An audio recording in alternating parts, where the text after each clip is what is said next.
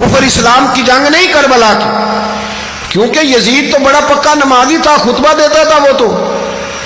جب امام حسین رضی اللہ تعالیٰ عنہ نے کربلا کے میدان میں جمعے کا دن تھا تو یزید کے سامنے کو بات کرنی شروع کی، عمر بن سعد کے سامنے، تو عمر بن سعد کہنے لگا حسین زیادہ باتیں نہ کر، ہمارا جمعہ لیٹ ہو رہا ہے، جنگ کے لیے تیار ہو، فٹافٹ آ، اہل بیت نبوت کو قتل کریں گے اور قتل کے بعد پھر نماز پڑھیں گے اور پھر کہیں گے اللہم صلی علی محمد وعلی آل محمد، اسی نماز میں پھر درود بھی پڑھیں گے۔ یہ کیسا مرتبہ ہے، کیسا انداز ہے، دوستی قاتل سے بھی مقتول سے یارانہ بھی۔ امام حسین نے حر بن یزید امام حسین سے کہنے لگا مجھے حکم ہے آپ کو روکنے کا، آپ آگے نہیں جا سکتے۔ امام صاحب نے فرمایا وجہ زمین اللہ کی ہے۔ اس نے کہا آپ بیعت نہیں کر رہے، یزید کی حالات آپ کے حق میں درست نہیں ہیں، آپ نہیں جائیں گے۔ امام روک گئے۔ ظہر کی نماز کا وقت ہوا تو حضرت علی اکبر امام حسین کے بڑے صاحبزادے انہوں نے اذان ظہر پڑھی تو حر بن یزید کے لشکر نے امام حسین کے پیچھے نماز ادا کی۔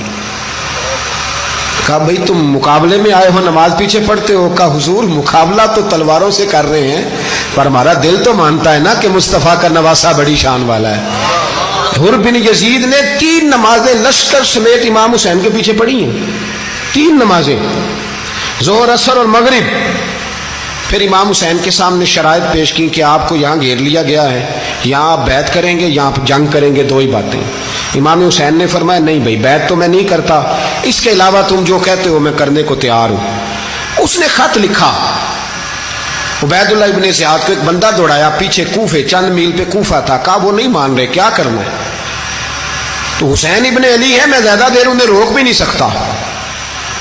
انہوں نے پیغام دیا حر بن یزید کو کہ کرنا کچھ بھی نہیں، ان کا پانی بند کر دو، بلیک میل کرو، کھانا پانی نہیں ملے گا، چھوٹے چھوٹے بچے ہیں، خود ہی مان جائیں گے۔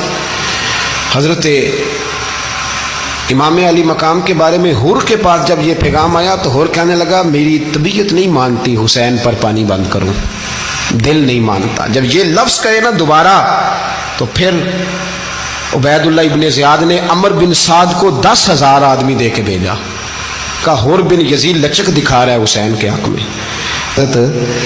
3 دن تک پانی بند رہا۔ 9 محرم کو عمر بن سعد نے اور لوگ بلائے۔ شمر ایک بڑا سخت آدمی تھا، سنگ دل بدبخت، جس نے حضرت علی اصغر کے گلے پر تیر مارا تھا، وہ اور لشکر لے کے آیا۔ رات کو کہنے لگا امام حسین رضی اللہ تعالیٰ عنہ سے کہ بس بڑا ہو گیا، یہ 9-10 محرم کی درمیانی رات، یہاں آپ جنگ کریں گے یا آپ بیعت کریں گے، 2 ہی باتیں۔ امام حسین اندر گئے، سیدہ زینب سے مشورہ کیا، باہر آئے، فرمایا بات وہی ہے جو پہلے دن والی ہے۔ امام حسین رضی اللہ تعالیٰ عنہ نے فرمایا بھائی بیعت تو میں نہیں کرتا، باقی جو تمہارا پروگرام ہے۔ شمر اور ابن سعد کہنے لگے پھر جنگ کے لیے تیار ہو جائیں۔ کیا انداز ہے امام حسین کا، فرمانے لگے کل جنگ کروں گا، مجھے پتا تو ہے جنگ کا نتیجہ کیا نکلنا ہے، ایک رات مجھے دے دو تاکہ میں کھل کے اپنے رب کی عبادت تو کر لوں۔ حسین نے جانا ہے، مجھے پتا ہے کل رزلٹ 72 اور 22,000 کا کیا ایک رات مجھے دو، میں مالک سے راز نیاز تو کروں، میں گویا اس سے پوچھوں تو صحیح کہ مالک میرے والد بھی شہید ہیں، بھائی بھی شہید ہیں، نانا کو بھی دکھوں میں دیکھا ہے، تو اب میری باری ہے تو مالک میں حاضر ہوں، مجھے موقع تو دو، اس لیے کہ میرے نانا نے بدر میں بھی ساری رات عبادت کی تھی، صبح مجھے موقع دو۔ اور دنیا کا اصول ہے جب کوئی موقع مانگتا ہے تو دیا جاتا ہے۔ یہ دونوں کہنے لگے کوئی موقع نہیں۔ حر بن یزید پیچھے سے بولا، کہنے لگا نہیں بدتمیزی نہ کرو، حسین کو موقع دو، تمہیں دینا پڑے گا۔ موقع دیا۔ حر بن یزید نے پھر منت کی، کہا حضور آپ مہربانی کریں مان جائیں۔ فرمایا ماننے والا کھاتا کوئی نہیں، یہ بڑا مشکل۔ سورج چڑھا، 10 محرم کا دن، جمعے کا وقت، جناب سیدنا امام حسین رضی اللہ تعالیٰ عنہ نے ریت پر سجدے کیے، لمبے سجدے، لمبی نماز۔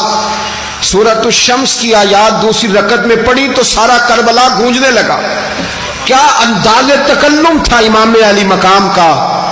نماز مکمل ہوئی تو حر بن یزید، عمر بن سعد اور شمر سے کہنے لگے واقعی حسین سے لڑو گے؟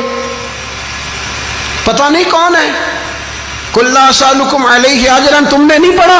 الا المودۃ فی القربى، تمہاری آنکھیں بند ہیں۔ الحسن والحسین سید الشباب اہل جنہ، تمہیں نہیں پتا؟ کہنے لگا چپ کر، حکومت نظر آ رہی ہے۔ اور بن یزید کہنے لگے پھر میرا بھی فیصلہ سنو، مجھے حکومت نہیں چاہیے، مجھے جنت چاہیے۔ حکومت نہیں چاہیے۔ امام حسین کی پہلی فتح دیکھیں، اور بن یزید ایڑی لگا کے نا یزید کے لشکر سے نکل کے امام حسین کے لشکر میں شامل ہو گیا، اور پہلا شخص جس نے امام حسین کو روکا، امام حسین کے نام پر پہلا سر بھی اسی شخص نے کٹایا ہے۔ لیکن یزید کی قبر پہ لعنت بھی کوئی نہیں برساتا، اس کا محل تھا بہت بڑا، لیکن جب لوگ کربلا میں امام حسین کو سلام کرنے جاتے ہیں تو قدموں میں اور بن یزید کا مزار بھی بنا ہوا ہے، اس کو بھی سلامی دی جاتی ہے۔